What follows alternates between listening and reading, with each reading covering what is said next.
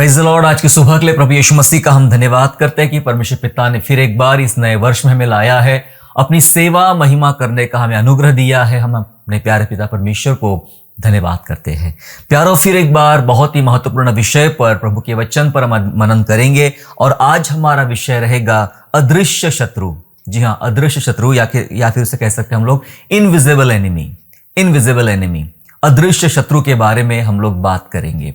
ये invisible enemy क्या होता है जो दिखाई नहीं देता है लेकिन वो शत्रु है, उसके विषय में आज हम प्रभु के वचन से बात करेंगे और सीखेंगे कि ये शत्रु क्या है, किस प्रकार से काम करता है और किस प्रकार इस शत्रु को हराना होता है। इन सारी बातों को आज हम प्रभु के वचन से समझने और सीखने जा रहे हैं। प्यारो, शत्रु का काम होता है हमारे जीवन में हानि पहुंचाना।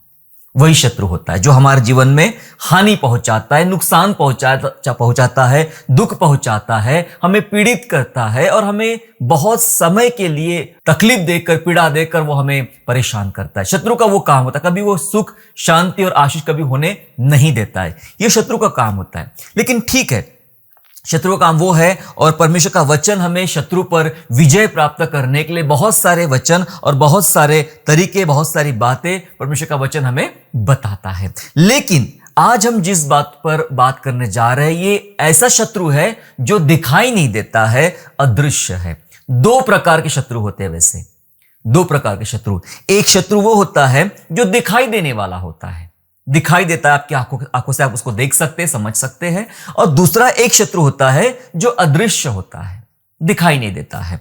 दिखाई देने वाले शत्रु से कभी भी बचा जा सकता है, लड़ा जा सकता है, उसे हराया जा सकता है, उस पर जीता जा सकता है, क्योंकि वो दिखाई देता है। हमें पता चलता है वो किधर से आ रहा है, किधर जा रहा है, क्या स्ट्रेटेजी इस्तेमाल कर रहा है और क्या काम करता है। ये सारी बातें उस शत्रु की हमें समझ में आती है कि वो दिखाई देता है।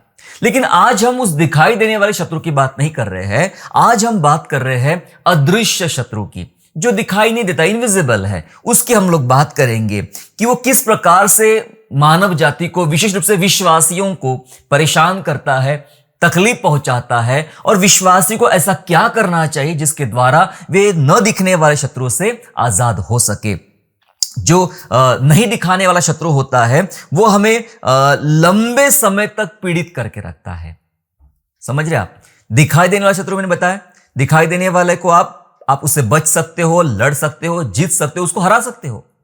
लेकिन जो दिखाई नहीं देता है ना, वो चुपके से दबे पांव आपके जीवन में दस्तक देता है, आपको परेशान करता है, आपको पीड़ित करता है और जो वो डंक लगाता है या फिर जो चोट पहुंचाता है वो लंबे समय तक उस बात से आपको पीड़ित करके रखता है और उसमें से उबरना बहुत सारे लोगों के लिए मुश्किल सा जान पड़ता है। मैंने ऐसे पीड़ित लोगों को विश्वासियों में देखा हूं, इसलिए आज इस विषय को लेकर मैं आपके सन्मुख आया हूं। जो पीड़ित है, पिछले 10 सालों से, 15 सालों से, 25 सालों से, अलग अलग समय से लोग पीड़ित है ये अदृश्य वाले शत्रु से। वे दुआएं तो करते हैं, प्रार्थनाएं तो करते हैं, बहुत सारे परिश्रम तो करते हैं, लेकिन उसमें से वे निकल नहीं पाते, उसमें से वे बच नहीं पाते। इसलिए जरूरी ये होता है कि अगर हमें इस अदृश्य शत्रु की पहचान यदि हो जाए तो ये पहचान हमें मसीह यीशु में सुरक्षित रखेंगी। पहचान होना चाहिए, तभी आप बच सकते हो। वचन ऐसा कहता है हमें इस विषय के बारे में, 2 कुरिन्थियों 2 अध्याय और वचन 11 ऐसा कहता है। 2 कुरिन्थियन चैप्टर 2 एंड वर्स 11 कहता है कि शैतान का दाव हम पर ना चले क्योंकि हम उसकी युक्तियों से अनजान नहीं। शैतान का दाव हम पर ना चले। हमें सिखाया जा रहा है परमेश्वर के वचन के द्वारा कि शैतान का दाव पेच खेलता है। शैतान, हमको याद होना चाहिए, शैतान दाव पेच खेलता है। वो अलग अलग तौर तरीके इस्तेमाल करता है विश्वासियों को सताने के लिए, विश्वासियों को हराने के लिए। इसलिए वचन कहता है कि हमें उसकी युक्तियों से अनजान नहीं रहना चाहिए, उसके दाव पेचों से हमें अनजान नहीं होना चाहिए। हमें पता होना चाहिए वो किस किस प्रकार के दाव, किस किस प्रकार के दाव पेच हमारे ऊपर चलाता है और जिसके द्वारा हमें सुरक्षित रहने की आज आवश्यकता है। युक्तियों को समझे मेरे प्यारो। यदि आपको इस अदृश्य शत्रु की पहचान हो जाएगी तो मैं बताना चाहता हूं कि ये बातें आपको मसीह यीशु में बहुत ज्यादा सुरक्षित रखेगी। आइए हम लोग जानते हैं इस अदृश्य शत्रु के बारे में, और इस अदृश्य शत्रु को कैसे पहचाने इस बारे में भी आइए परमेश्वर के वचन से हम लोग आज बात करेंगे और जानेंगे। विशेष रूप से दो बातें मैं आपको बताना चाहूंगा। हालांकि मैं जब अध्ययन कर रहा था तो काफी बातें दिखी, लेकिन मुझे ऐसा लगा कि कम समय में इन दो बातों पर हमें मनन करना चाहिए, ज्यादा गंभीर रूप से सोचना चाहिए। दो बातों पर हम लोग चर्चा करेंगे कि अदृश्य शत्रु को कैसे पहचाने, इसके ऊपर में हम लोग बातचीत करेंगे। ये जो अदृश्य शत्रु होता है वह आप पर भावनात्मक रूप से वार करता है। यह अदृश्य शत्रु भावनात्मक रूप से आप पर वार करता है और सालों साल अपनी गिरफ्त में रखता है। समझ रहे आप? यह अदृश्य शत्रु आपकी भावनात्मक रूप से आप पर वार करता है। ये दिखाई नहीं पड़ता है, लेकिन ये ऐसा छिपा हुआ है जो आपके ऊपर सामने से अटैक नहीं करेगा, आपके ऊपर भावनात्मक रूप से इमोशनली आप पर अत्याचार करेगा, इमोशनली आप पर अटैक करेगा। और एक बार आप उसकी गिरफ्त में आ गए तो सालों साल वो अपनी गिरफ्त में रखेगा और कभी भी उसमें से बाहर निकलने नहीं देगा। और ये होता है अदृश्य शत्रु या फिर शत्रु को पहचानने का तरीका। कैसे पहचाने, इस बारे में हम लोग बात कर रहे हैं। देखिए, जब हम भावनात्मक रूप से बात कर रहे हैं तो हमें सीधा उदाहरण मिलता है आदम और हवा का। क्या हुआ था इनके साथ में और शत्रु ने किस प्रकार से इनके ऊपर अटैक किया था, वार किया था, जिसके बारे में हमें समझना होगा। हम पढ़ेंगे उत्पत्ति की पुस्तक 3 अध्याय वचन 1 से लेकर 5 तक, Genesis chapter 3 and verse 1 to 5, जहां पे इस प्रकार लिखा है, यहोवा परमेश्वर ने जितने बनेले पशु बनाए थे उन सब में सर्प धूर्त था, और उसने स्त्री से कहा, क्या सच है कि परमेश्वर ने कहा है कि तुम इस वाटिका के किसी वृक्ष का फल न खाना? स्त्री ने सर्प से कहा, इस वाटिका के वृक्ष के फल हम खा सकते हैं, पर जो वृक्ष वाटिका के बीच में है उसके फल के विषय में परमेश्वर ने कहा है कि ना तो तुम उसको खाना और ना उसको छूना, नहीं तो मर जाओगे। तब सर्प ने स्त्री से कहा, तुम निश्चय न मरोगे, वरन परमेश्वर आप जानता है कि जिस दिन तुम उसका फल खाओगे उसी दिन तुम्हारी आंखें खुल जाएगी और तुम भले बुरे का ज्ञान पाकर परमेश्वर के तुल्य हो जाओगे। शैतान या सर्प के रूप में यहां पर है और हवा से बात कर रहा है, और वो बात कर रहा है एकदम भावुक रूप से। बहन जी, कैसे हैं आप? क्या सच में आपको परमेश्वर ने कहा है कि किसी पेड़ का फल नहीं खाना? तो हवा ने जवाब दिया कि नहीं, हम तो सभी कुछ फल खा सकते हैं, ऐसा कुछ नहीं है, ईश्वर ने हमारे लिए सब बना दिया, हम सब खा सकते हैं, लेकिन वाटिका के बीच में जो वृक्ष है ना, उसका फल खाने से हमको मना किया है परमेश्वर ने। क्योंकि ये बोल के मना किया है कि अगर तुमने उसका फल खाया तो तुम क्या हो जाओगे, उसी दिन मर जाओगे। अब सर्प जो है, जो शैतान जो है, वो सर्प के रूप में यहां पर है और सांप के रूप में वो बातें कर रहा है। देखिए, इसकी बात एकदम भावनात्मक रूप से बातें है, और वो कहता है कि तुम निश्चय नहीं मरोगे। ये कथन शैतान का है। हवा ने क्या कहा? हमें परमेश्वर ने कहा कि वो फल खाओगे तो मर जाओगे। शैतान बोलता नहीं, बिल्कुल भी नहीं, ऐसी कुछ बात नहीं है, आपने कुछ नहीं होगा, आपका कोई नुकसान नहीं होगा, आप नहीं मरोगे। देखो, जब कोई व्यक्ति आपको इस प्रकार से बात करता है, जो आपको लगता है ये मेरे भलाई की बात है, ये मेरे पक्ष में बात है, ये मेरे लिए अच्छी बात है, और कहीं ना कहीं इसके अंदर आपकी लालसाई भी रहती है, तो आपको वो बात ज्यादा अच्छी लगती है जो भावनात्मक रूप से लोग आपसे बात करते हैं। शैतान ने कहा नहीं, किसने कहा? आप बिल्कुल भी नहीं मरोगे। उल्टा ये है कि परमेश्वर खुद जानता है कि जिस दिन आप इसका फल खा लोगे तुम्हारी आंखें खुल जाएगी और तुम फिर परमेश्वर का तुल्य हो जाओगे, भले बुरे का ज्ञान पाकर तुम परमेश्वर के तुल्य हो जाओगे। वो जानता है ऐसे हो जाओगे तुम, और शायद वो नहीं चाहता कि तुम उसके समान बनो। भावनात्मक रूप से शायद परमेश्वर नहीं चाहता है कि तुम उसके समान बनो, तुम नीचे ही रहो, तुम दबे ही रहो, तुम छोटे ही रहो। देखो, भावनात्मक रूप से कोई हम पर ऐसा अटैक करता है, ऐसी ऐसी बातें करता है आपके साथ में कि आपको लगता है ये मेरे पक्ष है, ये मेरा दोस्त है जो मेरी भलाई चाह रहा है, और परमेश्वर जिसने मुझसे मना किया कि ये नहीं खाना, तो शायद वो मेरा बुरा चाह रहा है। भावनात्मक अटैक मेरे प्यारों बहुत खतरनाक होते हैं। दुनिया में दिखाई देने वाले बंदूकों से, तीरों से और तमाम बड़े बड़े हथियारों से भी ज्यादा घातक होते हैं भावनात्मक हथियार। और शैतान ने कोई ऐसा तलवार लेकर भाला लेकर हवा के पास नहीं आया नाश करने के लिए। वो एक भावनात्मक रूप से हथियार लेकर आया हवा को नाश करने के लिए। प्यारो, कुछ लोग आपके जीवन में, हमारे जीवन में भावुक बनकर आ जाते हैं। समझ रहे आप? भावनात्मक रूप लेकर और भावुक बनकर आ जाते हैं और हमें लगता है ये मेरा भला सोच रहा है, ये मेरे बारे में अच्छी चर्चा करता है, अच्छी बातें करता है। वो आ जाते हैं, घुस जाते, जैसे सर्प घुस गया आदम हवा के बीच में। भावनात्मक रूप से कुछ लोग भावुक बनकर आपसे दोस्ती कर लेते हैं, आपसे मिलते हैं और आपके करीब आते, आ तो जाते हैं। उसके बाद उनका मेन रोल क्या होता है? मेन रोल ये होता है चोट पहुंचाना, दुख पहुंचाना, और वो कभी भी आपके शरीर पर चोट नहीं करेंगे।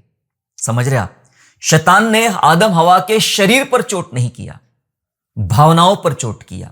वो कभी आपके शरीर पर चोट नहीं करते हैं। जो भावुक रूप से आते हैं, दबे पांव चले आते हैं, वो सीधा आपके दिल पर चोट लगाते हैं, आपके हृदय पर, आपकी भावनाओं पर वे चोट लगाते हैं और आप व्याकुल हो जाते हैं और तकलीफ में आ जाते हैं और पीड़ित हो जाते हैं। और वो जो घाव मिलता है, वो जो दर्द मिलता है, देखो जो चोट शरीर पे मिलती है ना, वो 2-4 दिन में ठीक हो जाती है। आप उस मलहम पट्टी लगाते हो, 2-4 दिन में वो चोट ठीक हो जाती है। लेकिन जो चोट आपके हृदय पर मिलती है, जो चोट आपकी भावनाओं पर मिलती है, मैं बताऊं, सालों साल वो ठीक नहीं होती है। कभी कभी ठीक होने का ड्रामा करती है वो चोट, लेकिन ठीक नहीं होती है। वो सालों साल ठीक नहीं होती है मेरे प्यारों। और शैतान इस प्रकार से योजना बनाता है। ये अदृश्य शत्रु है जो भावनात्मक रूप से आपकी ओर बढ़ता है और आपके लिए आपको परेशान करना चाहता है, आपको दबा देना चाहता है। और इस भावुकता के कारण हम अपना अभिषेक खो देते हैं। इस भावुकता के कारण हम अपनी ताकत खो देते हैं और हम अपनी आजादी खो देते हैं। भावुकता की वजह से अभिषेक खो देते हैं, ताकत खो देते हैं और अपनी आजादी, जो हम आजाद रूप से ईश्वर के पीछे चलते, आराधना करते, प्रार्थना करते और उसकी मर्जी से हम चलते हैं, ये तमाम आजादी हम खो देते हैं और अपने आप को हम सोचते हैं कि मैं गिरफ्त में हूं, मैं गिरफ्त में आ चुका हूं। किसी ने आपको गिरफ्तार नहीं किया है, लेकिन आप भावनात्मक रूप से, अंदरूनी रूप से आप गिरफ्त में आ जाते हो। हमें ऐसे बातों से बचने की आवश्यकता है। सैमसन बहुत ज्यादा पावरफुल व्यक्ति था, प्रभावशाली व्यक्ति था, शक्तिशाली व्यक्ति था, अभिषिक्त व्यक्ति था, लेकिन वो एक स्त्री के भावनाओं की वजह से फंस गया, उसकी भावनाओं में आ गया और सैमसन ने सब कुछ अपना खो दिया। शिमशोन ने सब कुछ अपना खो दिया, अपनी ताकत, अपना अभिषेक, अपनी सामर्थ और अपनी आजादी, सब कुछ उसने खो दिया क्योंकि वो भावनात्मक रूप से फंस चुका था।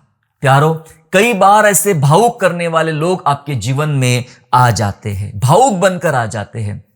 मेरे जीवन में ऐसे बहुत सारे लोग आए, वो ये कहते थे कि मैं आपके माँ के जैसी हूं, किसी ने कहा मैं आपके पिता के जैसा हूं, किसी ने कहा मैं आपके भाई और बहन के जैसा हूं, मैं आपके एक परम मित्र के जैसा हूं। ठीक है, ऐसा उन्होंने कहा और उस रूप से हमने उनको स्वीकार किया और उसके बाद उन्होंने हमारे शरीर पर नहीं, हमारी भावनाओं पर, हमारे हृदय पर चोट लगाई, और वो चोट भरने में मैं बताऊं आपको बहुत समय लग गया, बहुत साल लग गए। ये अनुभव से आपको बताना चाह रहा हूं कि कई बार हम एक अदृश्य शत्रु की गिरफ्त में रहते हैं और हमें पता नहीं चलता है कि हम ऐसे शत्रु की गिरफ्त में हैं और जिसके कारण आप पनप नहीं पा रहे हो, उठ नहीं पा रहे हो, आपका अभिषेक नहीं बढ़ पा रहा है, दब रहे हो आप। शैतान इस प्रकार से जीवन में ऐसे लोग भेजता है। याद रखिए मेरे प्यारों, हम भावुक रूप से फंस जाते हैं, कई बार भावनात्मक रूप से तकलीफों में आ जाते हैं और उस कारण हम उसमें से बाहर नहीं निकल सकते हैं और ये बहुत सारी चोट हमारे जीवन पर और शरीर पर हो जाती है और इसमें से बचना और निकलना बहुत सारे लोगों के लिए मुश्किल है। कई बार लोग भावनात्मक रूप से, पारिवारिक लोग जो होते हैं वो भावनात्मक रूप से आप पर अटैक करते हैं। कई बार सांसारिक रूप से, बाहरी रूप से लोग आते हैं जो आप पर अटैक करते हैं और उनके अटैक में आप इस प्रकार से फंस जाते हो कि आपके लिए बाहर निकलना मुश्किल हो जाता है। आपके लिए सिर्फ रोना, पीटना, तकलीफ होना और पीड़ा उठाना, इसके अलावा कुछ बचता नहीं है। इसलिए आज हम इस इनविजिबल एनिमी के बारे में बात करें, अदृश्य शत्रु के बारे में बात करें। उसकी किसी भी युक्ति से हमें अनजान नहीं रहना चाहिए। हमें आवश्यक है कि हम जाने कि वो कैसी कैसी युक्तियां हमारे विरोध में रच सकता है, हमारे विरोध में कर सकता है। क्या करना चाहिए? हमें अपनी भावनाओं को मजबूत बनाना चाहिए और भावनाओं के दरवाजे से हर किसी को अंदर नहीं आने देना चाहिए। हालेलुया। भावनाओं के दरवाजे से हर किसी को अंदर नहीं आने देना चाहिए। हर अच्छा दिखने वाला व्यक्ति अच्छा नहीं होता है। हर अच्छा बोलने वाला व्यक्ति अच्छा नहीं होता है। हमें परमेश्वर की आत्मा की अगुवाई में आने की आवश्यकता। कई बार हम वो नहीं आते अगुवाई में, इस कारण हम फंस जाते हैं और मुश्किलों में आ जाते हैं। ऐसे लोगों की वजह से बहुत सारे लोगों ने अपने अभिषेक खो दिए है, अपनी जिंदगी बर्बाद कर दी है, अपने जीवन को तकलीफों में उन्होंने डाल दिया है। जरूरी नहीं है कि वो व्यक्ति एक प्रेमी या प्रेमिका बनकर आए, क्योंकि सैमसन दलाइला का मैंने उदाहरण दिया। ऐसा लिखा है कि सैमसन दलाइला से बहुत प्रेम करता या वो उसके ऊपर बहुत आकर्षित था। जरूरी नहीं है। यदि वो व्यक्ति भावुक रूप से आएगा तो वो कोई भी हो सकता है। वो कोई भी हो सकता है। वो आपको एक मित्र बनकर आ सकता है, एक पिता का रूप लेके आ सकता है, एक भाई का रूप लेके आ सकता है, एक बहन का रूप लेके आ सकता है। कोई भी वो हो सकता है आपके साथ में। शुरुआत दिनों में आपको बहुत अच्छा लगता है, शुरुआत में आपको उसकी बातें प्रभावित करती है, सारी बातें आपको बहुत ज्यादा आकर्षित करती है। लेकिन एक समय ऐसा आता है आप टूट जाते हो, आप बर्बाद हो जाते हो, आप बिखर जाते हो, आपको बचना मुश्किल हो जाता है। जैसे सैमसन फंस गया, उसको कहना बड़ा आसान है कि वो एक लड़की के चक्कर में फंस गया, पर ऐसे बहुत सारे विश्वासी उस सामान्य लड़की के चक्कर में नहीं, ऐसे बहुत सारे लोगों के चक्कर में पड़ गए हैं और उनकी आजादी खत्म हो गई है। उन्होंने अपना अभिषेक खो दिया है। ये इनविजिबल एनिमी है, अदृश्य शत्रु है। भीतरी रूप से शैतान आपको इस प्रकार से वार कर रहा है। हर किसी को मत आने दीजिए मेरे प्यारों। अपने दिल के दरवाजे से, अपने भावनात्मक दरवाजे से हर किसी को आने ना दे। वचन इस प्रकार से कहता है, 2 कुरिन्थियों 10वां अध्याय और वचन 5, 2 कुरिन्थियन चैप्टर 10 एंड वर्स 5 ऐसा कहता है, सो हम कल्पनाओं को हर एक ऊंची बात को जो परमेश्वर की पहचान के विरोध में उठती है खंडन करते हैं और हर एक भावना को कैद करके मसीह का आज्ञाकारी बना देते हैं। हर एक भावना को कैद करके मसीह का आज्ञाकारी बना देते हैं। भावनाओं को कैद कीजिए, अपने भावनाओं को बहने मत दीजिए। किसी भी व्यक्ति के चक्कर में, किसी भी बात के चक्कर में अपनी भावनाओं को बहने मत दीजिए। कहीं ऐसा ना हो कि आप चोटिल हो जाए और ये चोट जिंदगी भर कभी भी ना भरे। आप दिखाते तो हो आप खुश हो, आप दिखाते तो हो कि आप आनंदित हो, प्रभु में बढ़ रहे हो, भीतरी रूप से आप कैद किए गए हो, भावनात्मक रूप से आप कैद हो। ये अदृश्य शत्रु है। कई बार हमें लगता है शैतान से बचना है, दुष्ट आत्माओं से बचना है, इससे बचना है, उससे बचना है, पर मुझे बताइए जो आपको भावुक करके फंसाते हैं उनसे आप कैसे बचोगे? क्योंकि आप ऐसे गिरफ्त में एक बार आ जाते हो जिसमें से बाहर निकलना हमारे लिए मुश्किल हो जाता है। इसलिए ये भावनाओं के दरवाजे से हर किसी को अंदर ना आने दे। तो पहली बात हमने देखा कि वह आप पर भावनात्मक रूप से वार करता है और सालों साल अपनी गिरफ्त में रखता है। इसे पहचानने की आज हमें आवश्यकता है और यह होता है पहला तरीका अदृश्य शत्रु का। पहली बात को हमने देखा है कि वह भावनात्मक रूप से आप पर वार करता है। अब दूसरी बात को हम सीखेंगे कि अदृश्य शत्रु दूसरा काम क्या करता है। दूसरा काम जो करता है वो इस प्रकार का डर आपके अंदर पैदा करता है कि पिछड़ने का या लुप्त होने का डर आपके अंदर डाल देता है। पिछड़ने का या लुप्त होने का डर। सुनिए ये क्या होता है, इसको थोड़ा समझना पड़ेगा। पिछड़ने का डर होता है कि मैं संसार से पीछे ना रह जाऊं, मैं लोगों से पीछे ना रह जाऊं, मैं कोई पिछड़ा ना हो जाऊं। ये डर सताते रहता है। मैं भीड़ में रहना चाहता हूं, मैं सुर्खियों में रहना चाहता हूं, कहीं मैं लुप्त ना हो जाऊं, खत्म ना हो जाए, लोग मेरा नामो निशान ना मिटे, लोग कोई मुझे याद भी ना करे। ये डर सताते रहता है और ये एक इनविजिबल एनिमी है, अदृश्य शत्रु है जो इस प्रकार से आपके अंदर बसा रहता है और आप पर इस प्रकार से वो वार करता रहता है। देखिए वचन एक कहता है, दरअसल ये वचन शाऊल के बारे में है, राजा शाऊल के बारे में है। 1 शमूएल 15 अध्याय और वचन 24। First Samuel chapter 15 and verse 24 लिखा है, शाऊल ने शमूएल से कहा, मैंने पाप किया है। मैंने तो अपनी प्रजा के लोगों का भय मानकर और उनकी बात सुनकर यहोवा की आज्ञा और तेरी बातों का उल्लंघन किया है। जब शमूएल ने शाऊल से कहा कि तू राजा अब नहीं बना रह सकता है, तू राजा होने के लिए रिजेक्ट कर दिया गया है, तूने वो पाप किया है, तब शाऊल ने कुछ बातें कहा। शाऊल के अंदर ये वाली बात थी, कौन सी? पिछड़ने का डर या लुप्त होने का डर।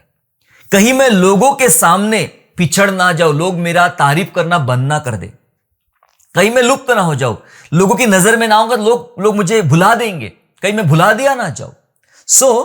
मुझे उनकी बात मानना है, उनकी बातों। क्या लिखा है वचन में? वचन कहता है, मैंने अपनी प्रजा के लोगों का भय मानकर। किसका भय मानना है हमें? परमेश्वर का। राजा शाऊल ने किसका भय माना? लोगों का भय। लोग क्या सोचेंगे मेरे बारे में? लोग क्या सोचेंगे मेरे बारे में? कहीं मैं पिछड़ ना जाऊं, कहीं मैं लुप्त ना हो जाऊं, कहीं दूसरे किसी को राजा ना बना दे वो लोग। लिखा है वचन में कि प्रजा का डर मानकर और उनकी बात सुनकर। लिखा है उनकी बात सुना, परमेश्वर की बात नहीं सुना। उनकी बात सुनकर मैंने परमेश्वर की बातों का और शमूएल की बातों का, आज्ञा का उल्लंघन किया है। ये भीतरी डर है मेरे प्यारों। ये ऐसा शत्रु शाऊल के अंदर पैदा हुआ जिसने शाऊल को, जो राजा होने के लिए चुना गया था, बाद में उसको रिजेक्ट करवा दिया। कई सारे लोग हैं जिनके लिए परमेश्वर की बहुत विशेष योजना है, लेकिन ये भीतर में अदृश्य शत्रु की वजह से वे हारे हुए हैं, वे त्यागे हुए हैं और वे रिजेक्ट किए गए हैं। प्यारो, लुप्त होने का डर सता रहा था उसको, कहीं मैं राजा खो ना जाऊं और दूसरा राजा ये लोग बना ना ले। मैंने उनका डर माना। आप किसका डर मानते हो? ऐसा ही एक उदाहरण हमें पुराने नियम में मिलता है लूत की बेटियों के विषय में। जब सदोम अमोरा को परमेश्वर ने आग लगा दिया और लूत की पत्नी भी नमक का खंबा बन गई और लूत की दोनों बेटियां लूत के संग एक पहाड़ पे गुफा में रहना उन्होंने शुरू कर दिया। एक दिन लूत की बेटियों के मन में कल्पना आई, ये है अदृश्य शत्रु। अदृश्य शत्रु, क्या बात आई कि पूरे पृथ्वी भर में ऐसा कोई पुरुष नहीं जो हमारे साथ रहे और हमारे लिए वंश तैयार करे। कोई नहीं। कहीं ऐसा ना हो कि इस पहाड़ में रहते रहते, इस गुफा में रहते रहते हम पिछड़ जाए, हम लुप्त हो जाए, हम खो जाए, कोई हमें याद भी ना करे, हमारा वंश भी ना रहे। तब इनके दिमाग में शैतानी उपज आई। शैतानी उपज ये आई, इन्होंने प्लानिंग भी किया, अपने पिता को शराब पिलाकर। लिखा है वचन में, अपने पिता को लूत को शराब पिलाकर उनके संग सोई, ऐसा लिखा है। और बारी बारी से, एक बार ये, दूसरी बार, दूसरे दिन में दूसरी बहन, और इन्होंने अपने पिता से एक संतान पैदा किया। इन दोनों बहनों को एक एक संतान पैदा हुई उनके पिता से, जो उन्होंने शराब पिलाकर उनसे पैदा किया था, मोआब और अम्मोनी। ये उन जातियों के पहले व्यक्ति बने, रचयिता बने मेरे प्यारो, जो परमेश्वर की नजर में अशुद्ध जातियां थी। दोनों लड़कियों ने जो पाप किया, गुनाह किया, उन्होंने मोआबी और अम्मोनी जातियों का निर्माण किया, जो अशुद्ध जाति थी। क्या डर सताया? कहीं हम लुप्त ना हो जाए, कहीं हम पिछड़ ना जाए, संसार के साथ चलने में हम सक्षम ना रहे तो क्या हो गया? लोगों की नजर में आना है, संसार की नजर में आना है, खत्म नहीं होना है, दिखना है, अपना वंश दिखाना है। क्या करना है भाई ये सब करके? यह अदृश्य शत्रु जो आपके अंदर भीतर वार करते रहता है। शाऊल के अंदर भी वही बात थी और लूत की बेटियों के अंदर भी वही बात थी, कहीं मैं लुप्त ना हो जाऊं, कहीं मैं पिछड़ ना जाऊं। मैं बताऊं, यही बात आज हर दूसरे विश्वासी के अंदर में है। ये डर सता रहा है उनको, कहीं मैं पिछड़ ना जाऊं। वो सामने आना चाहते हैं, जितने माध्यम उनको मिलते हैं उतने माध्यमों से वे सामने आना चाहते हैं और वे लुप्त होने से बचना चाहते हैं। मेरा अस्तित्व है, वो बार बार अपना अस्तित्व दिखाना चाहते कि मैं हूं, मैं ये कर सकता हूं, मेरा अस्तित्व अभी भी है। ये दरअसल अदृश्य शत्रु की गिरफ्त में है, अदृश्य शत्रु की गिरफ्त में है और इस कारण वे इस प्रकार से व्यवहार अपने जीवन में कर रहे हैं। कई बार ये विश्वासी जिनमें पता किस प्रकार काम करता है, जो लोग हमें पसंद नहीं फिर भी उनके साथ हम खड़े रहते हैं। क्यों? सवाल है मेरा, क्यों ऐसा करते? मैंने बहुत सारे लोगों को देखा है, वो आपके साथ बातें, अरे वो तो खराब आदमी है, वो तो बेकार आदमी है, वो तो ऐसा है, वो तो वैसा है, वो तो चोर है, वो डाकू है, ऐसा है। ठीक है भाई, हमें सुना ही आया वो ऐसा है, लेकिन आप उसी के साथ दिखते हो हर बार, उसी के साथ आप खड़े रहते हो हर बार। क्यों? उसके पीठ पीछे आप उसको बहुत भला बुरा कहते हो, अरे खराब लोग है, बेकार लोग है, ऐसे है, वैसे है, पापी है, शैतानी है। और जब ऐसे अवसर खड़े हो जाते हैं और आप उनके साथ खड़े दिखते हो, उनके कंधे पे हाथ रख के उनके साथ फोटो खिंचवाते हो, उनके साथ चलते हो, क्या हो क्या रहा है आपके साथ? ऐसा आप एक तरफ वचन की बातें करते हो, दो रंगी जीवन जीते हो क्या रहा है? दरअसल आप एक शत्रु की गिरफ्त में हैं, अदृश्य शत्रु की गिरफ्त में हैं आप। इसीलिए जो लोग आपको पसंद नहीं है फिर भी उनके साथ खड़े होने की आप चेष्टा करते हो, क्योंकि आपको डर है कहीं मैं पिछड़ ना जाऊं, मुझे तो सामने आना ही पड़ता है, उनके साथ खड़े रहना ही पड़ता है, कहीं मैं लुप्त ना हो जाऊं, कहीं मेरा नामो निशान ना मिट जाए, तो मुझे इन गलत लोगों के साथ में भी अपना नाम जोड़ना पड़ेगा, दिखना पड़ेगा। ऐसा कहते हैं लोग, जो दिखता है वही बिकता है। तो मुझे दिखना पड़ेगा, मुझे सामने आना पड़ेगा, चाहे उसके लिए आपका अंदरूनी मन न मानता हो। ये एक शत्रु की गिरफ्त में आप है। आप बड़े अभिषेक की बात करते हैं, आप बड़े वचनों की बात करते हैं, आप बड़ी बड़ी बातें करते हो, लेकिन आप एक अदृश्य शत्रु की गिरफ्त में हो। आपको सोचने की और ज्यादा गंभीर होने की जरूरत है। जब आप अपने सिद्धांतों के साथ समझौता कर लेते हो, आपके अपने सिद्धांत है, मैं ये नहीं करूंगा, मैं वो नहीं करूंगा, मेरे लिए ये बात सही है, मेरे लिए वो बात गलत है, आपके अपने एक सिद्धांत है। और जब कभी आप अपने सिद्धांतों के साथ समझौता कर बैठते हो, पता है क्यों समझौता हो गया? कहीं आपको डर लग रहा है, कहीं पिछड़ ना जाओ, कहीं पिछड़ ना जाओ, कहीं लुप्त ना हो जाओ। मेरे प्यारो, प्रभाव के साथ मत बहिए। प्रभाव मतलब बहाव, जिधर बहाव बह रहा है उधर ही मत बहिए। सारी दुनिया उधर ही बह रही है, एक बहाव की तरफ में। गलत दिशा में जाने वाले भीड़ के साथ चलने से बेहतर है सही दिशा में अकेले चलना। सही दिशा में अकेले, चाहे कोई आपके साथ ना चले, लेकिन जो सिद्धांत आपके हैं, जो बाइबल के सिद्धांत है, उसके साथ समझौता करने का प्रयास ना करें। और जो करते हैं वो लोग दरअसल एक अदृश्य शत्रु के कब्जे में है। डर सता रहा है, कहीं मैं लुप्त ना हो जाऊं, कहीं मैं पिछड़ ना हो जाऊं। मेरे प्यारो, एक दिन जिंदा रहने के लिए 100 दिन मरते हैं हम। सिर्फ एक दिन जिंदा रहने के लिए हर दिन मरते, जहां हमें सिद्धांतों का खून करना पड़ता है और जहां हमें अपने बातों का, अपने कामों का, अपने विचारों का खून करना पड़ता है, उनके साथ खड़े रहना पड़ता है न चाहते हुए भी। मैंने आपको 2 ऐसी बातें बताई जो बहुत खतरनाक है और हर दूसरा आदमी इसमें फंसा हुआ है। भावनात्मक रूप से गिरफ्त में आ जाते हैं हम लोग, या फिर पिछड़ने का या फिर लुप्त होने का डर हमें सताता है। क्या करना चाहिए ऐसे हालातों में? हमने पढ़ा उस समय कि भावनाओं को कैद कर लो, भावनाओं के दरवाजे से हर किसी को आने मत दो, कंट्रोल रखो अपने ऊपर में। मैं बहूंगा नहीं, भावनाओं में बह नहीं जाऊंगा किसी के भी। कोई भी व्यक्ति आपको फुसलाने आएगा, दबे पाव आते हैं ऐसे लोग, फुसलाऊंगा नहीं, मैं बहूंगा नहीं। अपने आप को स्थिर बनाए रखे और परमेश्वर का साथ आपके लिए काफी है, चाहे किसी का साथ रहे या साथ ना रहे। यीशु मसीह ने सिखाया एक बात अपने चेलों को, 12वां अध्याय, लूका का 12वां अध्याय वचन 4 और वचन 5 में। Luke chapter 12 and verse 4 and 5 जहां लिखा है, परंतु मैं तुमसे जो मेरे मित्र हो कहता हूं कि जो शरीर को घात करते हैं परंतु उसके पीछे और कुछ नहीं कर सकते हैं, उनसे मत डरो। मैं तुम्हें चिताता हूं कि तुम्हें किससे डरना चाहिए। घात करने के बाद जिसको नरक में डालने का अधिकार है उसी से डरो, वरन मैं तुमसे कहता हूं उसी से डरो। प्रभु यीशु ने अपने चेलों से कहा कि घात करने के बाद उसके पीछे वे कुछ नहीं कर सकते हैं, चोट पहुंचाएंगे, कुछ नहीं करेंगे, उनसे मत डरो। हम डर रहे हैं। शाऊल किससे डर गया? अपने लोगों से डर गया कि भाई इनके सामने क्या करना पड़ेगा मुझे, इनकी बातों में आ गया हूं और राजपद खो दिया। समझ रहे आप? लूत की बेटियों ने वो किया, डर गए, संसार में हम जी नहीं पाएंगे, पिछड़ जाएंगे, लुप्त हो जाएंगे। उन्होंने पाप करके अशुद्ध जाति का निर्माण किया। कहीं आप डर तो नहीं रहे? इस दुनिया में डर तो नहीं रहे? कई लोग अपना विश्वास खो रहे हैं, कई लोग अपना आत्मविश्वास खो रहे हैं, प्रभु यीशु मसीह का इनकार कर रहे हैं, अपने शब्दों में, अपने विचारों में, अपने बातों में, अपने कामों से यीशु मसीह का इनकार कर रहे हैं। कहीं आप डर तो नहीं रहे? आपको डर लग रहा है लुप्त होने का या फिर पिछड़ जाने का? यीशु ने सिखाया उससे डरना। मैं तुम्हें चिताता हूं, लिखा उससे डरना जो घात करने के बाद नरक में नाश कर सकता है, वो परमेश्वर है। उसी से 2 बार लिखा है, मैं तुमसे कहता हूं उसी से डरो। हमें किसी और इंसान का डर नहीं रखना है, हमें परमेश्वर का डर रखना है।